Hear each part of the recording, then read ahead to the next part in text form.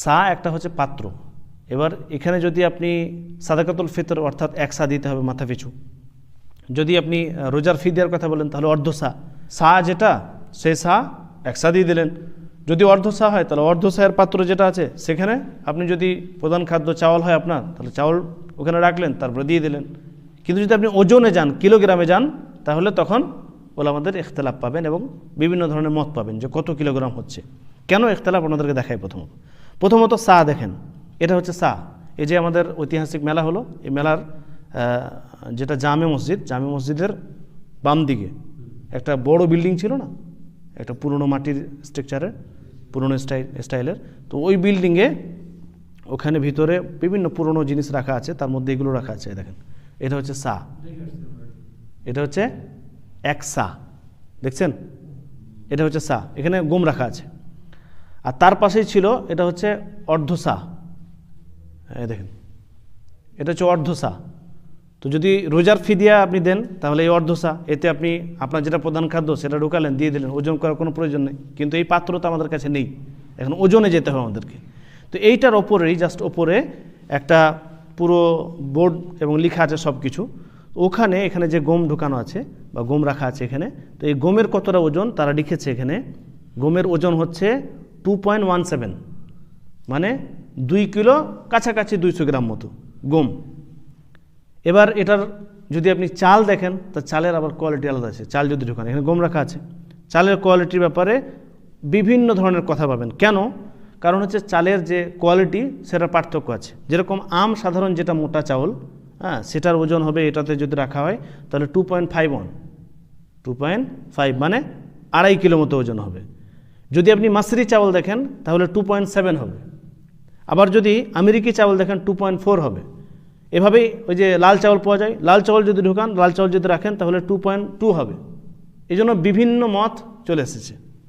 ওলামাদের বিভিন্ন মত হওয়ার কারণ হচ্ছে যে বিভিন্ন চাউল বা বিভিন্ন খাদ্য ওতে রাখলে আলাদা আলাদা ওজন হয়। ওই জন্য দেখবেন ইমাম ইবনে বাজ রহমতুল্লাহ আলাইহি তিনি বলছেন যে কাছাকাছি 3 কিলো। শেখ সালেহ উসাইমিন রহমতুল্লাহ আলাইহি তিনি ফতোয়া জাকাত বইয়ে লিখছেন যে 2 কিলো 100 গ্রাম। এই কারণে যে ওজনে ওতে পার্থক্য হয়, কারণ সেটা তো আর ওজনের কোনো জিনিস না, সেটা হচ্ছে পাত্র। সেখানে যেরকম জিনিস রাখবেন সেরকম ওজন হবে, ওজন কিন্তু আলাদা হবে। চাউলের মধ্যেই যদি পার্থক্য হয় তাহলে অন্য খাবার যদি ঢুকান তাহলে তো আরও পার্থক্য হবে। চাউল গম আলাদা, চাউল যদি ঢুকান তো হয়তো 2.5 কিলো হলো। আপনি যদি গম ঢুকান তাহলে হয়তো 2 কেজি 200 হলো। যদি ওখানে যদি অন্য কিছু ঢুকিয়ে দেন, উদাহরণস্বরূপ মুড়ি যদি ঢুকান তো মুড়ি তো ওজন হবে না বেশি। ওখানে যদি তুলো ঢুকান তো ওজন হবে না বেশি। আর ওই জায়গাতে যদি লোহা ঢুকিয়ে দেন তাহলে ওজন বেশি হবে। পাত্র একই, কিন্তু সামানের পরিবর্তনের কারণে ওজনের পরিবর্তন হয়ে যাচ্ছে। বুঝতে পারলেন? এই জন্যই ওলামাদের এখানে মতামত মানে আলাদা আলাদা মত রয়েছে। এই জন্যই ওলামাদের আলাদা আলাদা মত রয়েছে যে কেউ বলেছেন 2 কিলো 200, কেউ বলেছেন 2.5 কিলো, কেউ বলেছেন 2 কিলো 600, কেউ বলেছেন 3 কিলো। কিন্তু আমার মনে হয় ইমাম ইবনে বাজ রহমতুল্লাহ আলাইহি যেটা বলেছেন যে কাছাকাছি তাকরিবান 3 কিলো, মানে মোটামুটি 3 কিলো ধরে নেন। তাহলে 3 কিলো যদি দিয়ে দেন, 200 গ্রাম 300 গ্রাম যদি বেশি হয় তো গরিব মিসকিনদেরই ফায়দা হবে। আপনারটা আদায় হয়ে যাবে এবং গরিব মিসকিনদের ফায়দা হয়ে যাবে। কারণ আমাদেরকে এখন কিলোগ্রামে যেতে হচ্ছে, আমাদের কাছে পাত্র নেই।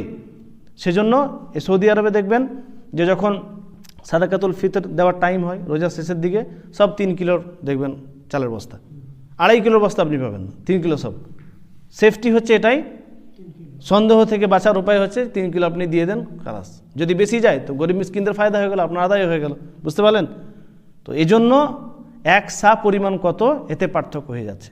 ওই জন্য ওখানে অনেক রকমের পাত্র ছিল, তার মধ্যে এই পাত্রটাও সায়ে দেখছি আলাদা, আবার অর্ধ সা তাতেও আলাদা। মুদ আছে, মুদ ওখানেও, মুদের পাত্রটা আপনাদেরকে দেখায়।